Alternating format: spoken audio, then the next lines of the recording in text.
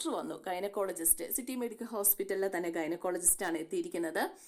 അതെ, തലകറക്കം ഉറങ്ങാഞ്ഞിട്ടായിരിക്കും, കുറച്ച് ജോലി ചെയ്ത് തീർക്കാനുണ്ടായിരുന്നു. അപ്പോൾ ഉറങ്ങിയില്ല എന്ന് വിചാരിച്ചിട്ട് തല ചുറ്റി വീഴൊന്നും ഇല്ലാന്നേ. ഇഷിതയ്ക്ക് എല്ലാം നോർമൽ ആണല്ലോ.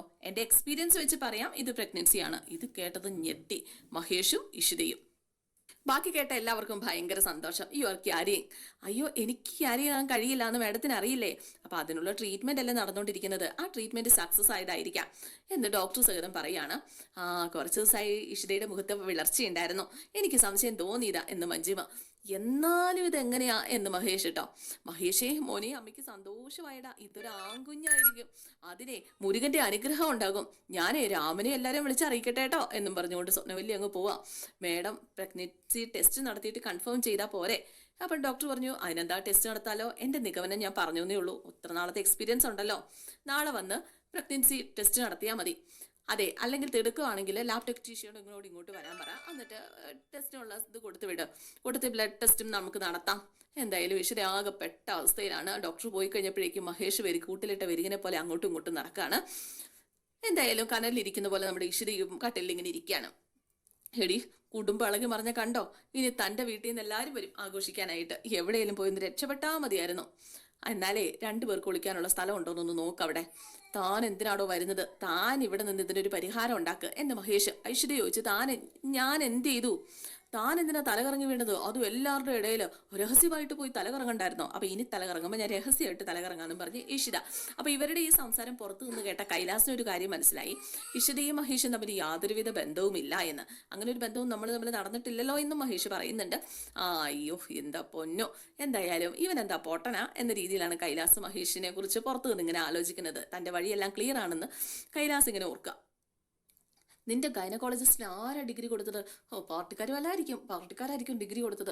അല്ലാണ്ട് ആൾക്കൊക്കെ ഡിഗ്രി കിട്ടുമോ? അവളെ തൻ്റെ ഹോസ്പിറ്റലിൽ നിന്ന് പറഞ്ഞയക്കണം. എന്തെങ്കിലും ഒരു സൊല്യൂഷൻ പറയടോ. ഈ വിശേഷങ്ങൾ പുറത്ത് പറഞ്ഞാൽ നിന്റെ വീട്ടിൽ നിന്നൊരു ജാഥ വരും, പച്ചമാങ്ങ മുതലേ വാളംപുളി വരെ വരും, എല്ലാം തന്നെ കൊണ്ട് കഴിപ്പിക്കും. എന്തിന്? അതെ, താനീ കിടക്കണതിന്റെ കംപ്ലീറ്റ് ഉത്തരവാദിത്വവും തൻ്റെ തന്നെയാ. ഉത്തരവാദിത്തം നമുക്ക് രണ്ടു പേർക്കും ഉണ്ട്. അതിന് നമ്മൾ തമ്മിലൊന്നും ഉണ്ടായിട്ടില്ലല്ലോ, പിന്നെ ഇതെങ്ങനെ സംഭവിച്ചു എന്നൊക്കെ ഇങ്ങനെ ചോദിക്കുകയാണ് നമ്മുടെ മഹേഷ്. എടാ, നമ്മളിത് പുറത്ത് പറയണം.